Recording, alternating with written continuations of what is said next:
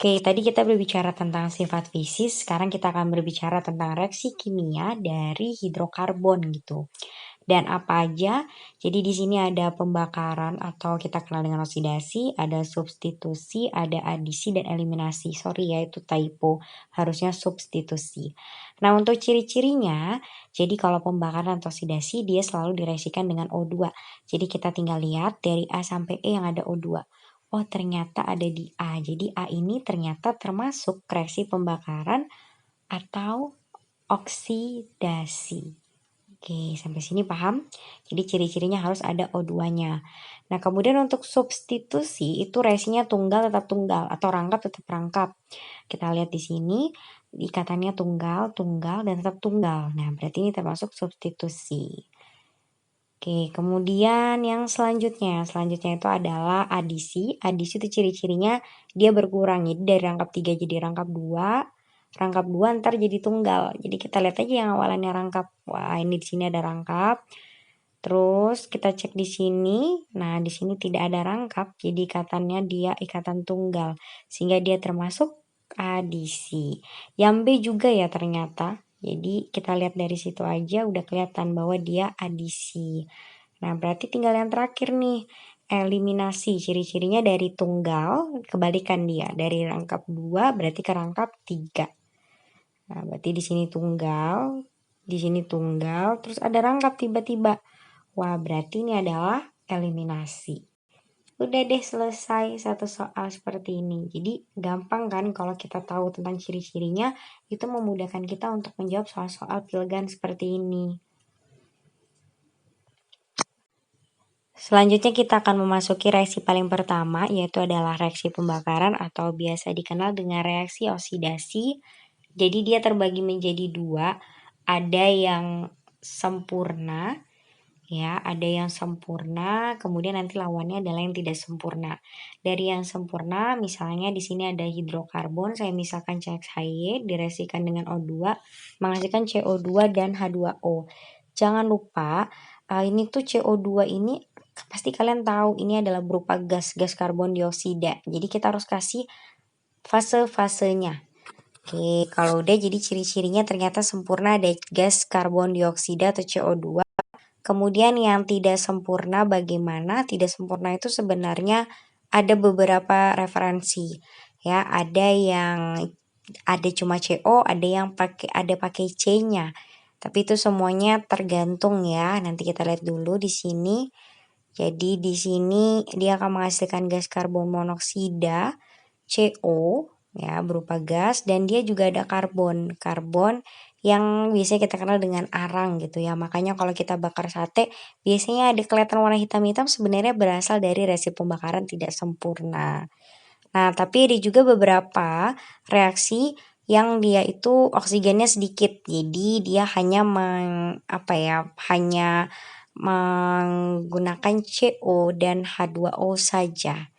Ya, jadi gas CO sama-sama gas CO, bedanya yang di atas ini dia punya C, yang di bawah tuh tidak ada. Terserah mau pakai yang mana, nanti dilihat di optionnya. Jadi semua itu tergantung dari jumlah O-nya juga. Udah, gitu aja deh. Selesai. Reaksi yang kedua, kita akan belajar tentang reaksi substitusi. Nah, jadi reaksi substitusi itu ada di sini, yaitu adalah reaksi penggantian atom H dengan atom lain tanpa terjadi perubahan jenis reaksi. Maksudnya seperti apa? Jadi dia bakalan tunggal tetap tunggal gitu ya. Contoh CH4 kita gambarkan. Jadi biar kelihatan maksudnya diganti itu seperti apa sih? Sama kayak matematika ya. Nah, jadi di sini kita punya CH4, saya pecahkan tangannya supaya kelihatan penggantiannya. Kemudian di sini ada Cl2, saya pisahkan seperti ini. Lalu tinggal kita pilih karena dia bilang reaksi penggantian atom H dengan atom lain ya. Jadi kita highlight yang tadi reaksi penggantian atom H. Hanya terserah mau kita pakai yang mana. Ini saya tulis dulu substitusi, nanti lupa tadi belajar apa. Oke, jadi penggantian atom H dengan atom lain. Jadi nanti H-nya itu yang bakalan diganti, bukan C-nya loh ya. Jadi misalnya Cl ini mau kita ganti dengan H yang di sebelah sini. Ya berarti tinggal kita tulis ulang aja, tinggal kopas H, C, ada H atas bawah. Kemudian di sini kita ganti. Karena tadi udah tukeran ya. Karena dia udah tukeran, hanya bakalan nempel dengan CL. Udah deh, selesai. Biar kita lengkap, reaksinya jangan lupa kasih nama. Nah, di sini kan C-nya cuma ada satu dan CL-nya jadi cabang. Jadi 1 klorometana. Karena C-nya kan ada satu ya. Jadi kita tuliskan 1 klorometana. Nah, seperti itu. HCl-nya nggak perlu guys. Jadi biasanya dia cuma minta hidrokarbonnya aja. HCl nanti kita pelajarin di materi kelas 11 semester genap. Nah, selanjutnya kita gambarkan lagi yang lain, misalnya tadi kan hanya semua. Sekarang ada Cl deh. Nah, bagaimana tuh tukerannya? Ya udah tinggal kita tukar aja salah satu H-nya. Terserah mau yang mana, misalnya saya mau yang di atas, jadi tinggal tukeran, kita gambar ulang. Jadi sebenarnya tinggal kopas aja. Oke, jadi kita tuker. Nah, di sini C. Oh, sorry typo ya. Ini CL. Udah deh, tukeran ya. Jadi hanya nempel di sana. Nah, tinggal kita kasih nama deh. Kita kasih nama. Namanya itu adalah, berarti yang satu ini kan dia ada Cl 1,1 di klorometana. Karena kloronya ada 2, makanya ada di kloro. Sedangkan di sini kloronya ada 3.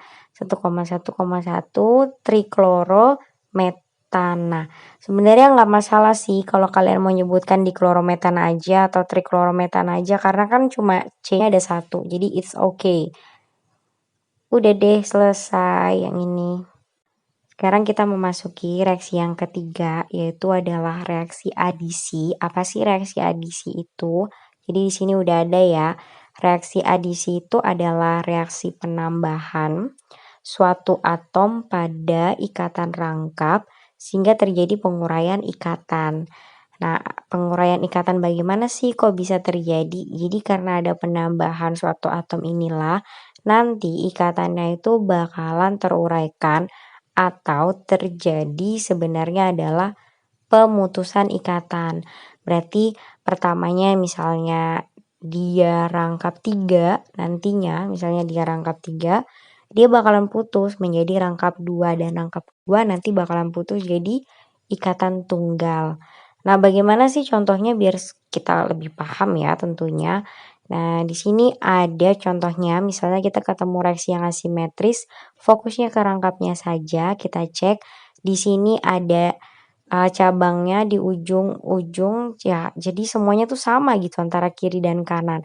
Kalau sama ya tidak masalah ya, jadi terserah kalian hanya mau di mana. Misalnya kita mau hanya pindah ke C yang sebelah kanan, CL-nya berarti sebelah kirinya, atau kebalikannya is okay, sama saja. Jadi tinggal kita masukkan atom-atomnya itu di tempat yang kita mau. Jadi kita tinggal kopas H3C, CH, karena di sini dia maunya DCl, CL itu sebagai cabang. Jadi terserah mau atas atau bawah. Kemudian di sini sampingnya CH, kemudian ada H. Nah, nanti H-nya ini bakalan bergabung sama H yang di dalam, karena H itu kan hanya aksesoris bukan cabang. Kita lanjutkan CH3. Nah, kenapa sih kayak mana sih tulisannya? Nah, jadi biar lebih enak tulisannya itu ya kita bikin lagi, karena kan gak enak tuh hanya jadi cabang. Jadi hanya itu bakalan yang pertamanya CH jadi H tambah H, CH2, CH3. Udah deh, selesai. Jadi deh produknya. Nah, kenapa dia jadi kata nakap terus jadi ikatan tunggal? Jadi tangannya tuh bakalan dipakai buat si CL. Nah, jadi makanya ikatannya itu putus, sudah nggak ada lagi rangkapnya. Itu ciri-cirinya dari rangkap dia ntar jadi tunggal, rangkap 2 jadi tunggal. Kita kasih nama seperti biasa, kan kloronya terus cabang, berarti nomor sekecil mungkin, sehingga namanya 2-klorobutana. Nah, nanti kloronya tuh bisa diganti-ganti ya, entah dia mau siapapun ya. Dan ini namanya adalah 2-butena karena rangkap 2 guys, dan jumlahnya ada 4. Nah, itu ketentuan untuk asimetris. tadi udah kita bicarakan, oh ternyata HCl-nya tuh bisa diganti. Jadi diganti dengan Br boleh, I boleh, F boleh, jadi bisa bromo, iodo, fluoro.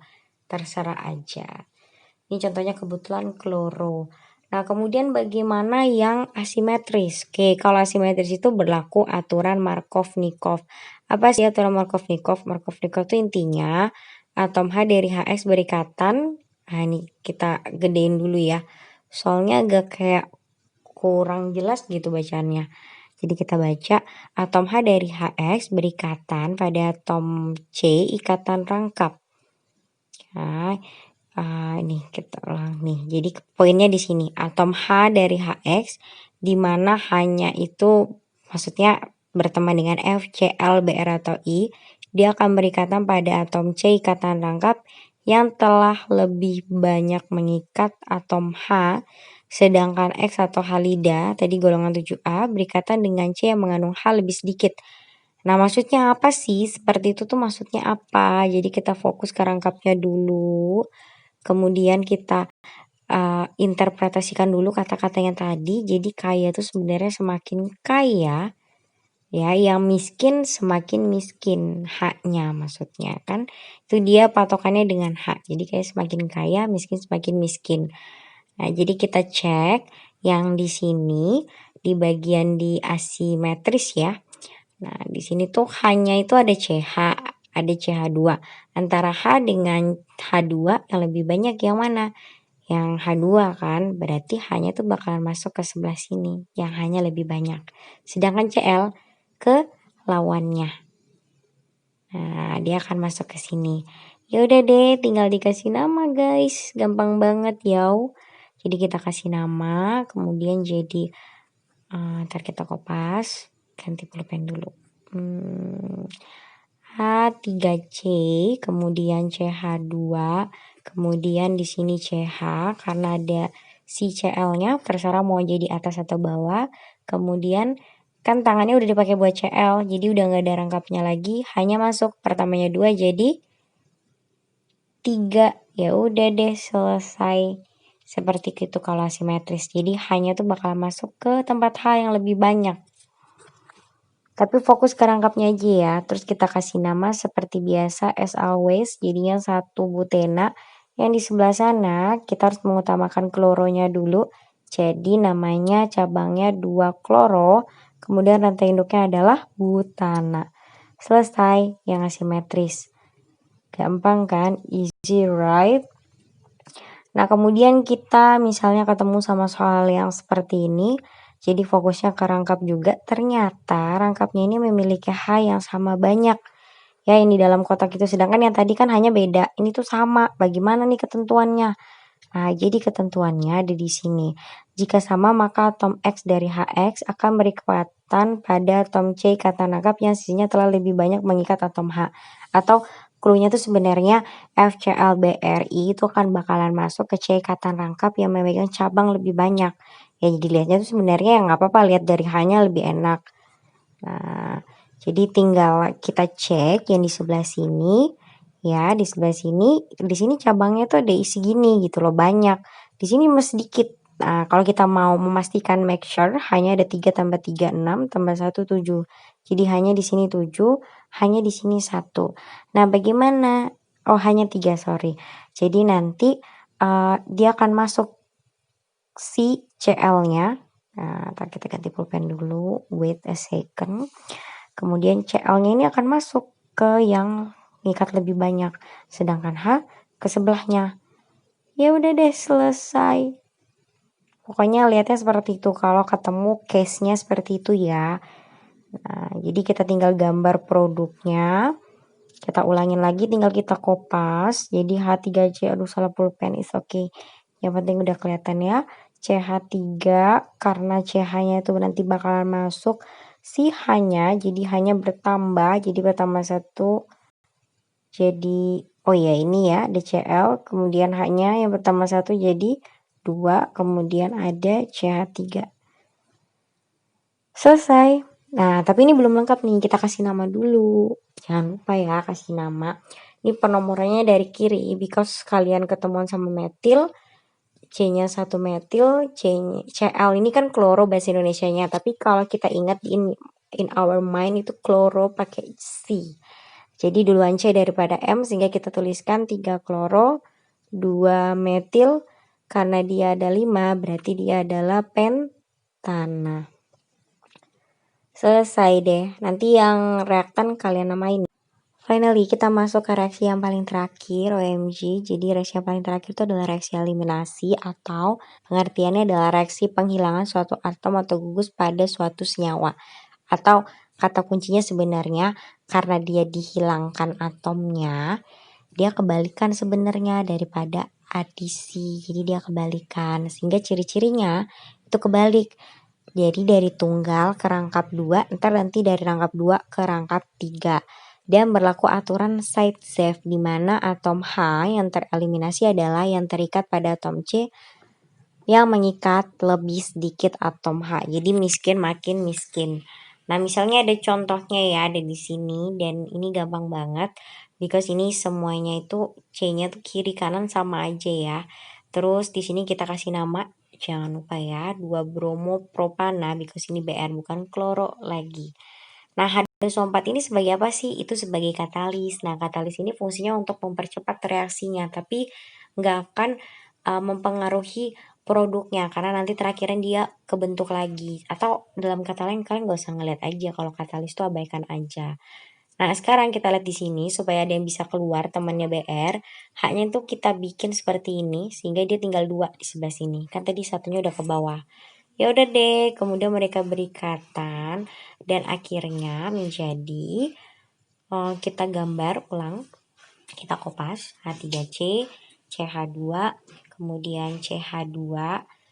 Tadi karena HBr-nya terlepas ya udah jadinya HBr. Nah, kemudian kan di sini ada satu tangan gini kan ya, masing-masing punya elektron 1, 1, 1. Tinggal 1 nih di sebelah sini, jadi membentuk menjadi ikatan rangkap.